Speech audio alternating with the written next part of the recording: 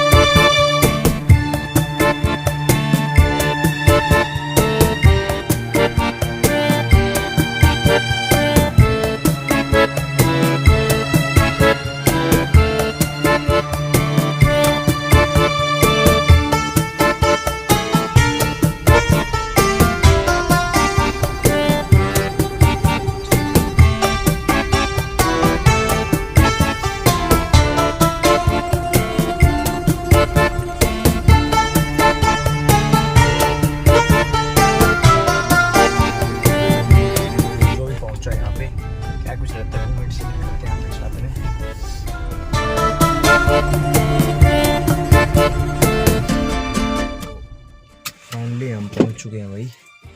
ये अपना महिला कॉलेज, और वहाँ पे जो वेन्यू हॉल है शायद देख सकते हैं हम। और यहाँ पे जो वेन्यू हॉल है, यहाँ पे किया गया प्रोग्राम। ये अपना महिला कॉलेज है जोजू का, दिखाते हैं आपको। Let's go.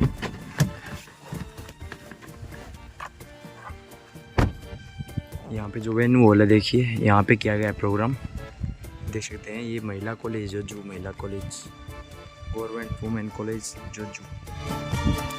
तो बारिश हो रही है भाई काफ़ी ज़्यादा। शेयर करते हैं क्या मूवमेंट्स रहते हैं आज के। जिस प्रोग्राम स्टार्ट होने वाला ही है, प्रोग्राम की तैयारी चल रही है। सभी लेट है, हम नहीं थे। और देखिए बारिश हो रहा है, पर अभी बेहतरीन तैयारी की गई अंदर प्रोग्राम की। देखिए बहुत ही अच्छा मैनेज किया गया।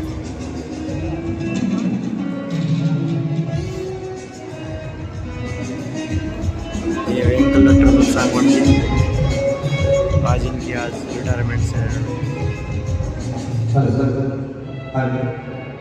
अभी प्रोग्राम स्टार्ट होने ही वाला है। यहाँ पर आए सभी मेहमानों का तहे दिल से धन्यवाद करता हूँ। आगे का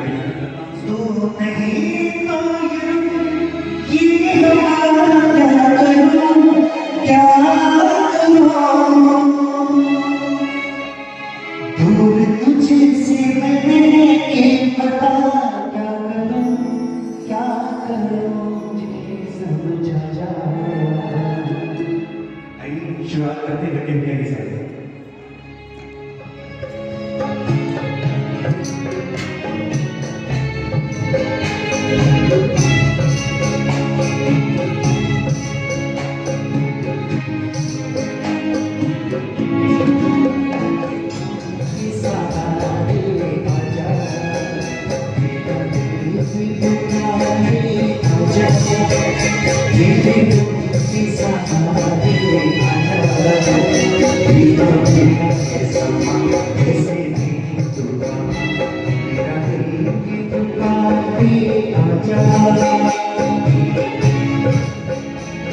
आप चाहो तो के साथ दे सकते हो।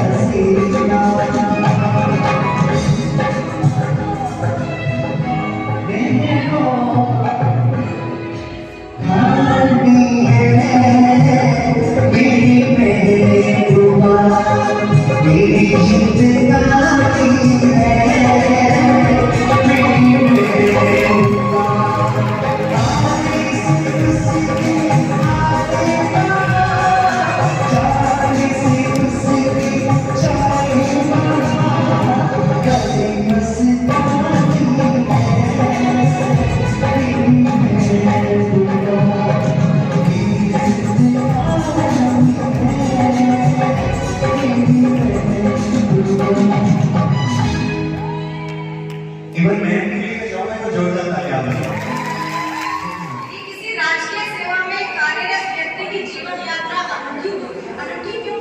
क्योंकि कभी कहीं होती है जॉब तो कभी कहीं जाना होता है। ऐसे में बहुत सारे लोगों से मिलना होता है, बहुत सारे विचारों का आदान प्रदान होता है और एक जिंदगी ऐसे ही गुजर जाती है।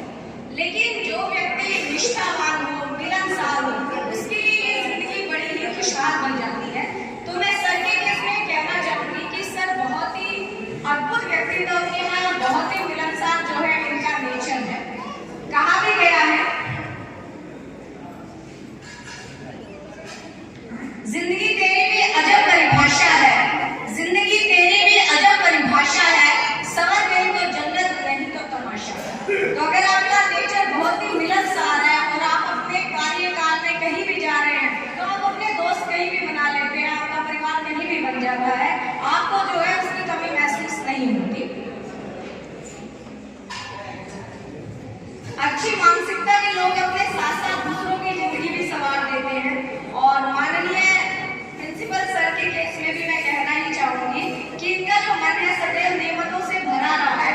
कई बार तो ऐसा लगता है कि कुछ लोगों को शायद ऐसा भाग्य, ऐसा उज्जवल भाग्य बड़ी किस्मत से मिलता है। और कई बार ऐसा भी देखा गया है कि हम हमारे कार्यकाल में जितने लोगों से मिलते हैं उनके विचार, उनके जो सद्गुण है वो हमें ऐसा करने के लिए प्रेरित भी करते हैं।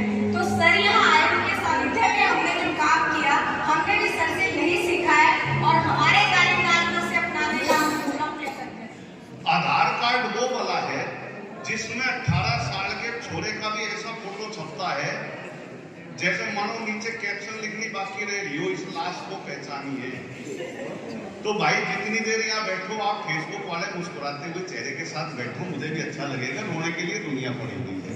एक बार जोर से हंस के मुस्कुरा के मुझे सुनो, क्योंकि मोटापे में अनाज से, डॉक्टर के इलाज से ज्ञान बहुत सारे शिक्षक बांटते हैं, बहुत सारे लोग कहते हैं, लेकिन हम कभी लोग हैं नैसर्गिक ईश्वर कुछ ना कुछ दे देता है, आपसे बांट लेते हैं।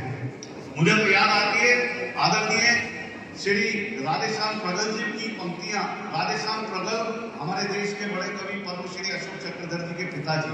मेरा सौभाग्य कि मैंने उनके साथ भी यात्रा की और उनकी ये 4 पंक्तियां जिंदगी में आप सब पर भी लागू होती है कि दिन के उजेड़े में ना करो कोई ऐसा काम, दिन के उजेड़े में ना करो कोई ऐसा काम, नींद जो ना आए तुम्हें रात के अंधेरे में, और रात के अंधेरे में ना करो कोई काम ऐसा, मुंह जो छुपाते फिरो दिन के उजेड़े में, मुंह जो छुपाते फिरो दिन के उजेड़े में। अभी आपकी तालियां संवेद आएंगी, मुझे पता है। अभी मैडम भी बड़ा गाना, आप मैडम बैठ जाओ 5-7 मिनट में समय लूंगा। ये नारी शक्ति सब जगह पहुंच गई, शिक्षा विभाग में, फलाने विभाग में, उसमें। लेकिन मैं आपको बताऊं कि आकाश की ऊंचाई हो या सागर की गहराई, आकाश की ऊंचाई हो या सागर की गहराई, महिलाएं सफलता के झंडे चारों ओर गाड़ाई। सफलता की राहों पर कई पुरुष रह गए अभागे, महिलाएं निकल गई आगे, कई तो इतनी आगे निकल गई भाई आज तक लौट के घर ही नहीं। तो इतनी भी तरक्की मत कर लेना बालकों कि घर का रास्ता भूल जाओ, क्योंकि घर लौटना पड़ता है। और भाई फोटो खींच रहे थे, इधर में देख रहा था पूरे प्रांगण में यहाँ पर सीसीटीवी कैमरे लगे हुए हैं। लेकिन मैं केवल एक बात कहता हूँ आप सबको, ये आपकी किताबों में नहीं मिलेगी, लेकिन कवि के दिमाग से रुक हुआ जो वाक्य है वो ले जाना कि केवल एक कैमरे से जिंदगी में बच के रहना। वो कैमरा कौन सा है कि न जाने आजकल हम किस तरह के मद में रहते हैं, न जाने आजकल हम किस तरह के मद में रहते हैं। हमारी सोच छोटी है, यूं आदम कद में रहते हैं, किसी का भी बुरा करने से पहले ये समझ लें बस कि हम हर पल खुदा के कैमरे की जद में रहते हैं, कि हम हर पल ईश्वर के कैमरे की जद में रहते हैं। उसका कि दिल में कोई बोझ भारी रखिए, जिंदगी जंग है, इस जंग को जारी रखिए।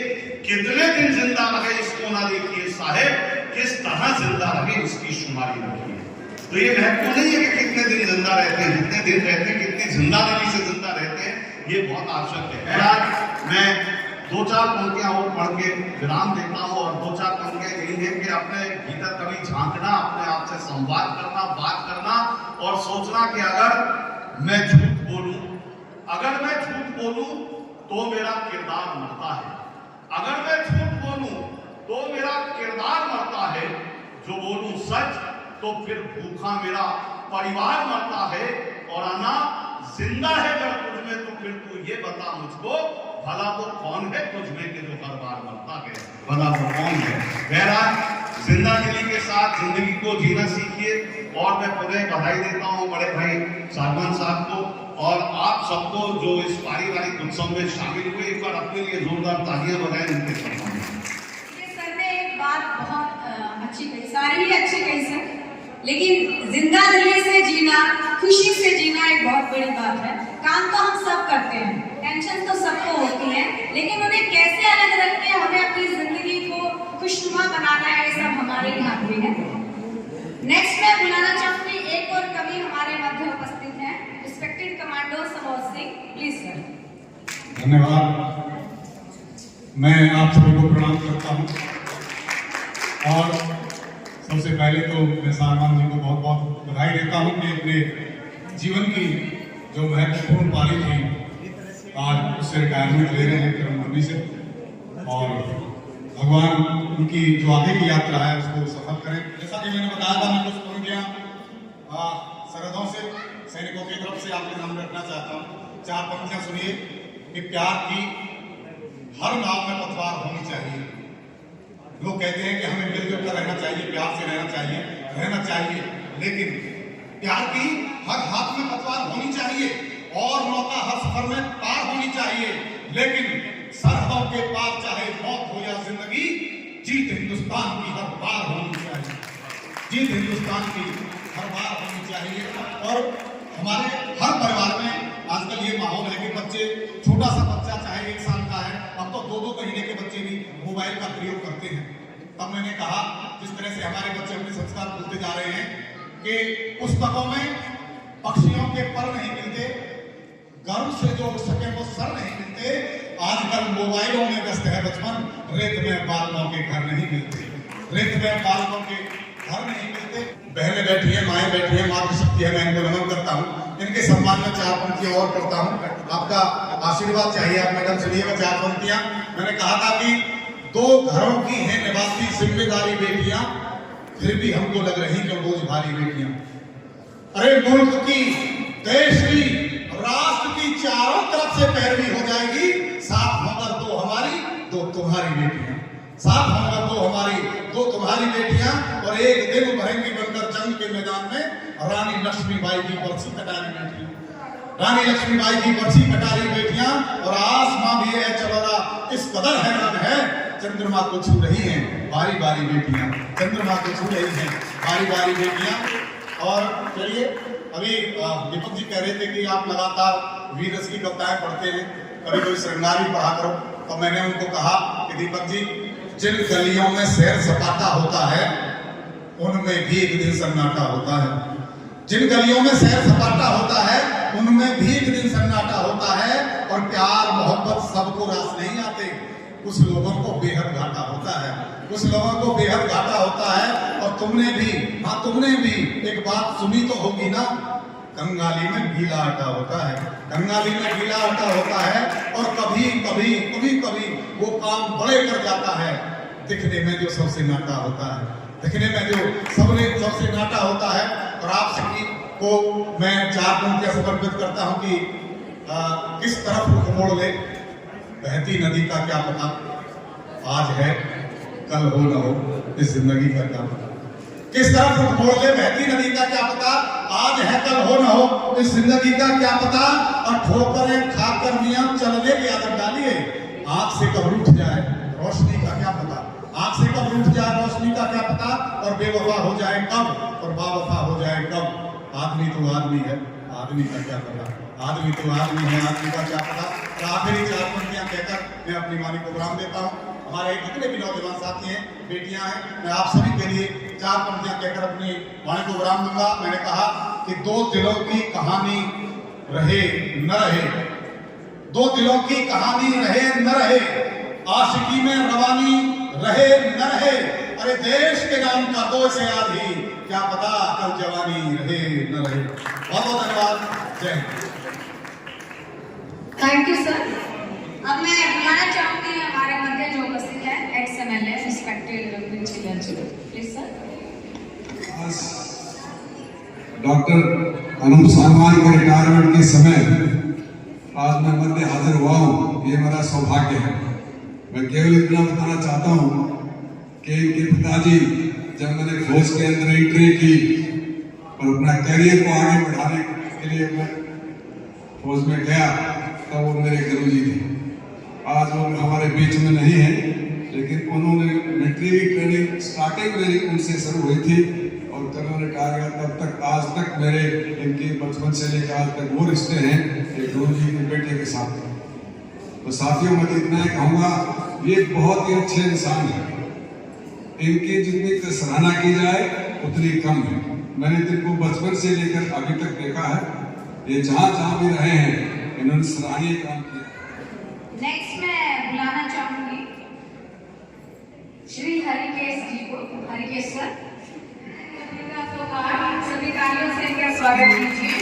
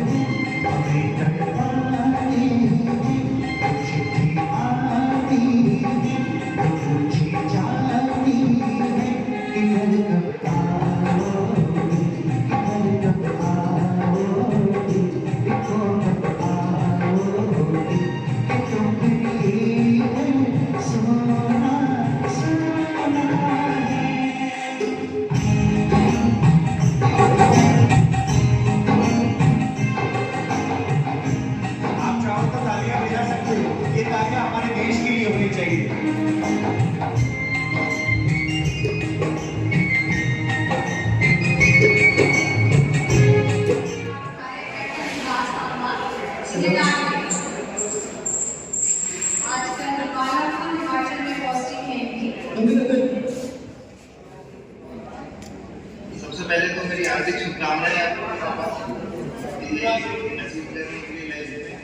और ये एक फेज है और उम्मीद करता हूँ कि आने वाले टाइम में भी आपने जितना समाज को दिया, अभी आप समाज से वापस लो, अभी ऐसा टाइम स्पेंड करो और खुद को टाइम दीजिए।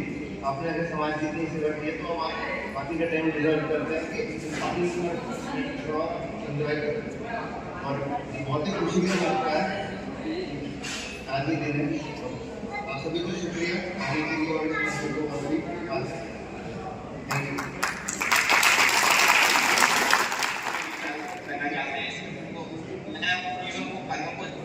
कि क्या क्या फाइल्स किया है इसको बनाने के लिए।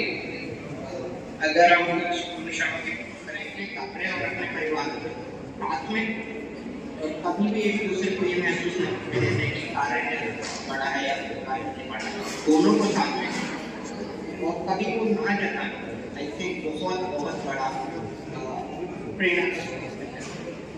अंत में मैं अपनी का भी थैंकफुल हूँ। पिछले 2 साल से सेक्रीफाइस किया तो वहाँ पे करी है, पापा जी ने भी करी है और उसको बनाना उतना रहता नहीं। तो जस्ट मेरी बेस्ट एंड उम्मीद आप लोगों के भी नौकरी के माध्यम से नहीं, आप समाज सेवा को कार्य और जितना भी हम योगदान दें उसके लिए मैं सभी लोगों का फिर से आभारी हूँ। धन्यवाद। और ऐसा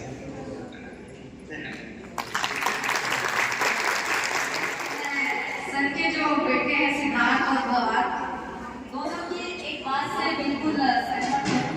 ये तो हमने भी देखा और हम सब वर्किंग है, पर्सनल और प्रोफेशनल लाइफ को अलग अलग मेंटेन करना एक बहुत बड़ा टास्क रहता है। जब हम कह रहे थे ना कि महाविद्यालय में सर का नाम सदैव रहेगा, बिल्कुल रहेगा। सबसे पहला चैलेंज था सर के आने के बाद बीच फेस्टिवल का, और थोड़ा सा हमें से कुछ साथी घबराए भी कि नहीं बी के गर्ल्स कॉलेज सभी फीमेल है, कैसे मैनेज होगा। सर ने कहा आगे बढ़ो, मैं खड़ा हूँ और मैनेज भी हो जाएगा। और जितने भी फेस्टिवल अब तक हुए हैं सीबीआई के, और मैं आप मेरे बहुत सारे साथी यहाँ बैठे भी हैं, बड़े अच्छे से हमने उसको निभाया भी टास्क को और किया भी। पहली कॉन्वोकेशन, पहला यूथ फेस्टिवल, पहला अंतर्राष्ट्रीय सेमिनार और उसके अलावा 2 नेशनल सेमिनार सब हमने सर के अंदर में ही किए हैं, सर के मार्गदर्शन में ही किए हैं। अब मैं बुलाना चाहूंगी मैडम मंजू को कि वो स्टेज पर आए। डॉक्टर अनूप सामान जी शिक्षा के प्रति अपने जीवन और छात्रों के प्रति समर्पण ने एक अमिट छाप छोड़ी है और महाविद्यालय को बुलंदियों तक पहुंचाया है। मैं उनके सकारात्मक व्यवहार और कॉलेज के लिए सहयोगिता इस प्रकार बयान करना चाहूंगी कि उनके कार्यकाल में कुछ काम ऐसे हुए हैं जिनका जीवन प्रेरणा में मुझे बुलाया गया था पहले के बीच में, मुझे पता लगा कि आदरणीय डॉक्टर अनूप सामान जी के बेटे ऑनलाइन जुड़ेंगे। मैं उनसे रिक्वेस्ट की पहले हम उनसे रूबरू होते हैं। बड़ा ही भावुक पल था वो। मैं इस सभा के साथ जो बहुत अलग अलग क्षेत्रों से जुड़े हुए बहुत प्रबुद्ध और गणमान्य लोग जो बैठे हैं, उनके बीच में मैं एक उद्गार प्रस्तुत करना चाहता था, क्योंकि बहुत कम इंसान मैंने अपनी लाइफ में ऐसे देखे हैं जिनके बारे में दिल से बोलने को दिल करता है। मैं आदरणीय डॉक्टर अनूप सामान जी से पहले इतना मुखातिब नहीं था, पहले इतना रूबरू नहीं था। जब इस महाविद्यालय में पहली बार युवा समारोह आयोजित करने का फैसला जब बंसलाल विश्वविद्यालय ने किया, तब मेरे लिए भी एक ऐसा हैरानी भरा क्षण था कि ग्रामीण इलाके में ऐसा कौन प्रिंसिपल आ गया जिसने स्वीकार किया इस कफाला चाहता हूं, जिसके लिए मैं इस मंच पे आया कि एक मिट्टी छानने वाला मजदूर था। बड़े ध्यान से सुनने की बात है, मेरे जितने भी मेरे से उम्र में छोटे बैठे हैं उनके लिए प्रेरणादायी बात है। एक मिट्टी छानने वाला था, दिन रात तो मिट्टी छानता था। मिट्टी छानते छानते उसको एक लाल मिल गया, हीरा मिल गया उस मिट्टी के अंदर से। उसके साथी मजदूर बोले कि भाई तेरे को हीरा मिल गया, अब तो तू मालो माल हो गया, अब तो तेरा पैसे का कोई हिसाब किताब ही नहीं है। निश्चित रूप से उस हीरे का कोई मोल नहीं था। उसने जाके, उसको पता नहीं था, किसी जोहरी को पकड़ा, जोहरी ने पकड़ा, अरबों खरबों रुपए में वो हीरा बिका। हीरा बेचने के बाद उसकी महल कोठी बंगले तैयार हो गए, गाड़ी घोड़े तैयार हो गए। सारे मजदूरों ने सोचा कि अब तो घाट की जिंदगी जिएगा, अब तो उससे कभी मुलाकात ही नहीं होगी। अगले दिन क्या देखते, सारे मजदूर वापस आके मिट्टी छानने का काम उसने शुरू कर दिया। उसके साथियों ने कहा कि भले मानस, तुमको पागल हो गया तू, अब तो तेरे को हीरा मिल गया, अब मिट्टी छानने का काम क्यों कर रहा है? बोला भाई इसी मिट्टी ने तो हीरा दिया है, इसी मिट्टी ने तो मुझे हीरा दिया है, मैं इस काम को कैसे छोड़ दूं, कैसे विसार दूं? जिस क्षेत्र ने, जिस मिट्टी ने अनूप सागवान को, इस माटी के बेटे को डॉक्टर अनूप सागवान बनाया, तो उसने अपने दोनों बेटों को कामयाब कर दिया। जिस अनूप सागवान की रहनुमाई में, जैसे मैम यहाँ पर बता रही थी, इतनी मील का पत्थर इस ग्रामीण इलाके के महाविद्यालय ने पूरे कर लिए कि कि कन्वोकेशन की बात हम सोच भी नहीं सकते थे, अंतर्राष्ट्रीय सेमिनार की बात हम नहीं सोच सकते थे, युवा समारोह की बात हम नहीं सोच सकते थे। हमारी बेटियां इतनी आगे बढ़ के जो कर रही है, जिस मिट्टी ने डॉक्टर अनूप सागवान बनाया वो एजुकेशन का, वो शिक्षा का क्षेत्र है। इन्होंने तब कहा कि मैं शिक्षा के क्षेत्र को कैसे छोड़ दूं जिसने मुझे इतनी ऊंचाइयां प्रदान की। धन्य ऐसा महानुभाव, इस महाविद्यालय को, इस ग्रामीण अंचल के महाविद्यालयों का ऐसा शख्सियत बतौर प्राचार्य हमें मिला। और मैं तो मैनेजमेंट से गुजारिश करना चाहूंगा, मैंने सोम भाई साहब से, आदरणीय हरिकृष्ण जी मेरे सामने बैठे हैं, उनसे मैंने कहा भी था कि भाई देखो, साधारण सी बात है, आपको एक ऐसी शख्सियत मिल गई, अब इसे छोड़ना ना छोड़ना आपका छोटा भाई हमेशा आपके लिए तत्पर रहेगा, तैयार रहेगा। बहुत बहुत थैंक यू सर। जो भी हरिकृष्ण सर ने कहा उसके साथ पूरा मन है हमारा कि हम भी चाहते हैं सर किसी ना किसी रूप में हमें प्रेरणा देते रहेंगे।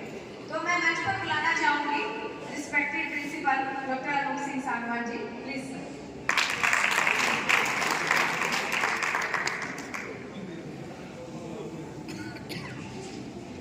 Thank you ma'am. आज के मेरे इस रिटायरमेंट कार्यक्रम में आए हुए सभी महानुभावों को मैं नमस्कार करता हूँ, प्रणाम करता हूँ, आपका हार्दिक अभिनंदन करता हूँ। और विशेष रूप से जो भी 60 से बड़ी उम्र के हैं उनको मैं चरण वंदना करता हूँ।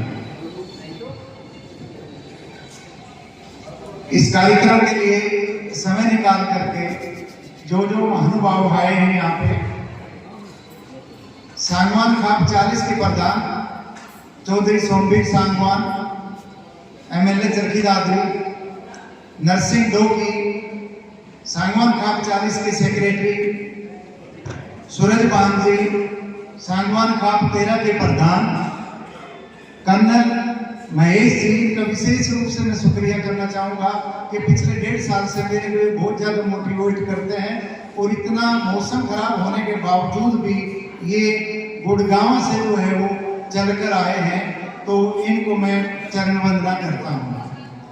इसके साथ साथ में मेरे जितने भी रिश्तेदार हैं, मौसम खराब होने के बावजूद भी, इतना विपरीत मौसम होने के बावजूद भी बड़ी दूर दूर से कुरुक्षेत्र, फरीदाबाद, गुड़गांव और सिरसा से जो लोग चल के आए हैं, उनका भी मैं बहुत बहुत धन्यवाद जो है करता हूँ।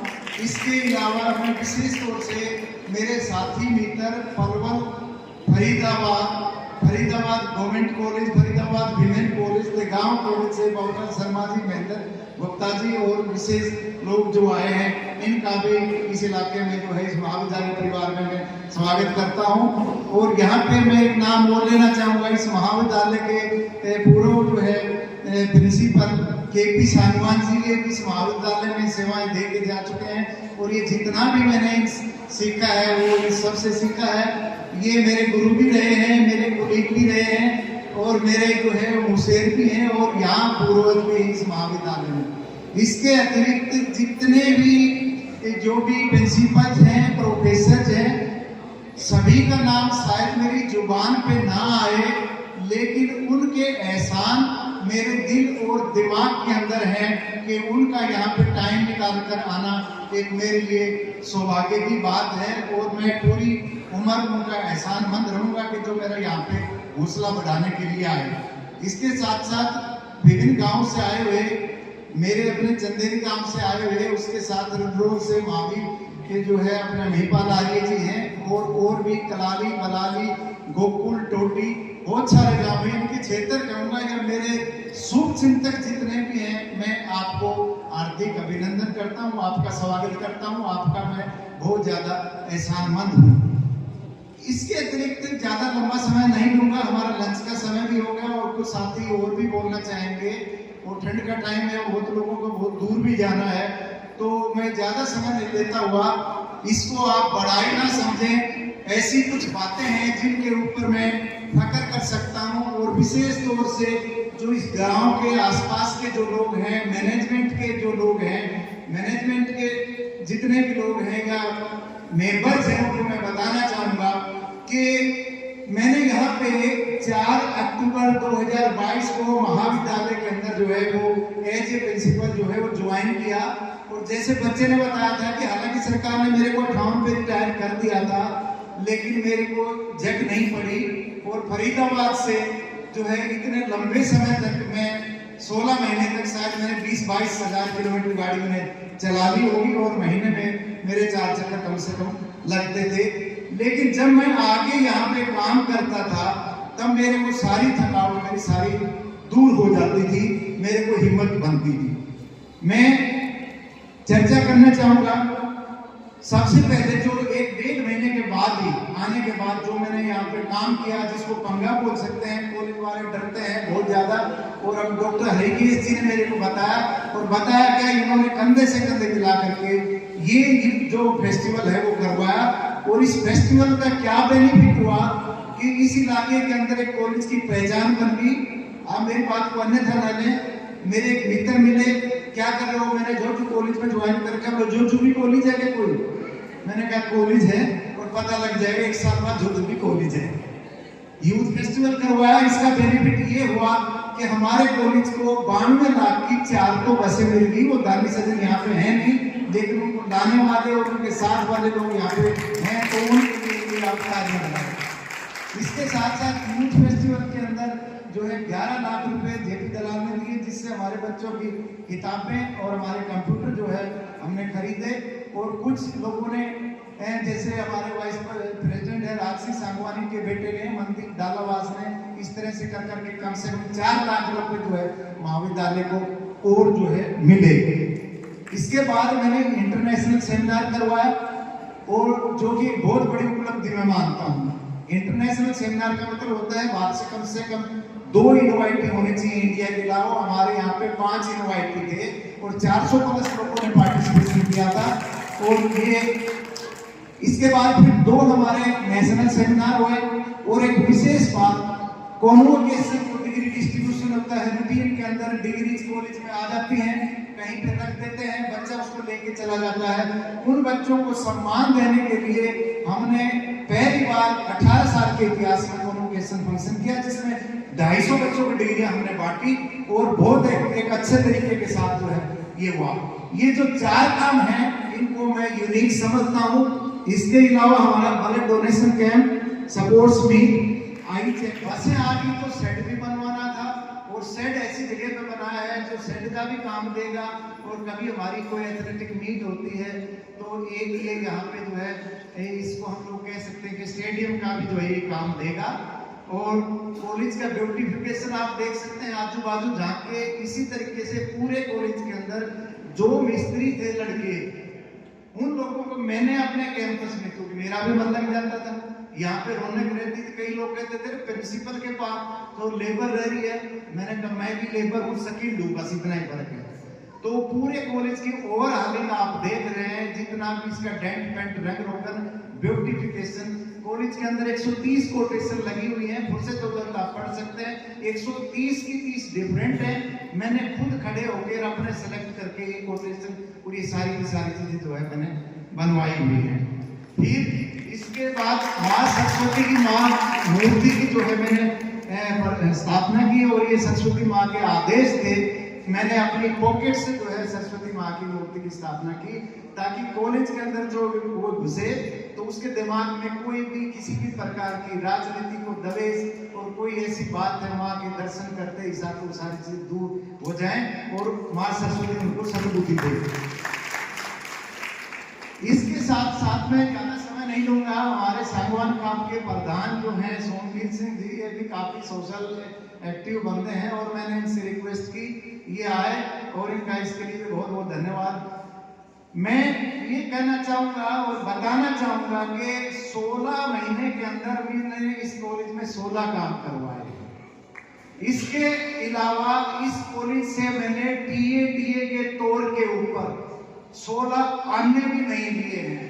यूनिवर्सिटी जाना है, चंडीगढ़ जाना है, कहीं पे भी जाना है, अपनी गाड़ी का पेट्रोल डीजल जो है फूक के गया हूँ। और इसके साथ साथ बात छोटी है लेकिन मतलब बड़ा है कि ये लड़कियों की संस्था थी। मैनेजमेंट से जो है 1,500-2 हज़ार रुपए प्रिंसिपल को चाय का भत्ता मिलता है, मैंने 1 पैसा भी नहीं लिया। अपनी पॉकेट से जो है वो मैंने यहाँ पे चाय पी है। और इसके अतिरिक्त जो भी वो आते थे, और जनरली मेरे साथी प्रिंसिपल रिटायर्ड, वर्तमान और भावी प्रिंसिपल भी बैठे हैं, लेकिन जो हिंदुस्तान का जो ट्रेंड है कि कोई भी परचेज या कोई काम होता है तो प्रिंसिपल साहब बोलो आपकी सेवा। मैंने कोई सेवा नहीं ली, जो भी आए, जो भी जितना फंसा, 10% जो भी कॉलेज की परचेज थी उसकी मैंने कॉलेज मैनेजमेंट में सेमिनार में 1.25 लाख रुपए बचा के दिए। 3 लाख रुपए के करीब मैंने कॉलेज की रसीद कटवाई है मैनेजमेंट फंड में, उन लोगों से, टेंट वालों से पैसा वहां पे मैंने जमा करवाया। तो इसके साथ साथ जो है वो मेरे दिमाग में कुछ कसक रह गई। ये सारी बातें मैं ये नहीं कहता कि मैंने बहुत कुछ यहाँ दिया गया। 16 महीने में मैंने इतना सीख लिया जितना मैंने 32 साल की नौकरी में भी नहीं सीखा। और कुछ चीजें जो मैं करना चाह रहा था वो मैं चाहूंगा कि मेरे जो उत्तराधिकारी साथी आएंगे वो जो है इन चीजों को कर पाएंगे। मैं नेक का इंस्पेक्शन करवाना चाहता था जो नहीं होने पाया। एक स्टाफ की 4 पोस्टें ये भरना चाहता था। एनसीसी कॉलेज में मैं लाना चाहता था। और ये जो हाल है इसकी डेकोरेशन तो करती, मैं इसको ऑडिटोरियम का रूप जो है मैं देना चाहता था। और हमारी बेटियों के लिए वॉशरूम जो है 18 साल पुराने हो गए हैं, मैं जाके देखता हूँ स्टिंग मारते हैं। तो मेरी नीयत ये थी कि कोई दानी सज्जन होगा तो मैं लेके आऊंगा। अब भी कॉलेज से मैं गया नहीं हूँ। अदरवाइज मैनेजमेंट से कहना चाहूंगा कि लड़कियों के वॉशरूम जो है वो जरूर बनवाएं, क्योंकि ये पहला और बहुत जरूरी काम होता है। बातें बहुत हैं, सार यही है, जब से मैंने इस कॉलेज को संभाला है, इस संस्था को अपनी माँ समझा है, मैनेजमेंट को अपने भाई समझा है, जो मैडम है इनको बहनें समझा है, और हमारी जो छात्राएं हैं इनको बेटियां समझा है। मैंने यहाँ कोई भी प्रिंसिपलशिप नहीं चलाई, मैंने एक सेवक के तौर पे सेवा की है। फिर भी किसी भाई बहन को, मैनेजमेंट वालों को, स्टाफ वालों को, क्योंकि मैं परफेक्ट नहीं हूँ, ह्यूमन बीइंग से गलतियां होती रहती हैं, तो मेरे से कोई जाने अनजाने में मेरे मन वचन कर्म से किसी भी भाई बहन को कोई असुविधा की या कोई उसके मन को पीड़ा हुई है तो मैं हाथ जोड़ के क्षमा प्रार्थी हूँ। और एक विशेष बात जो छूट गई, मेरी जो मदर-इन-लॉ है, जो मेरी जीवन संगिनी की माँ है, इनका स्वास्थ्य ठीक ना होने के बावजूद भी जो है ये फरीदाबाद से आए हैं, तो इनके लिए मैं तालियां चाहूंगा। और तालियां असली चीज के लिए कभी मैं बजवाऊंगा, क्योंकि आप तो 2 घंटे बाद चले जाओगे। मैडम के साथ तो मेरे को रहना ही है, वह 33 साल से भुगत रही है, लेकिन ये 16 महीने के अंदर इनको जो असुविधा हुई, मेरा सुबह जल्दी भागना, फिर आना, और वीकेंड वीक के बीच में इनको अकेले रहना, तो इनके लिए भी मैं बहुत इनका आभार और अभिनंदन करता हूँ, क्योंकि मेरे को घर में भी जाना है। Thank you so much, thank you all of you. किसी भी सज्जन का कोई नाम छूट गया हो, कोई माने नहीं रखता, मेरी जुबान पे ना हो, लेकिन मेरे दिल में है। Thank you all of you, thank you so much.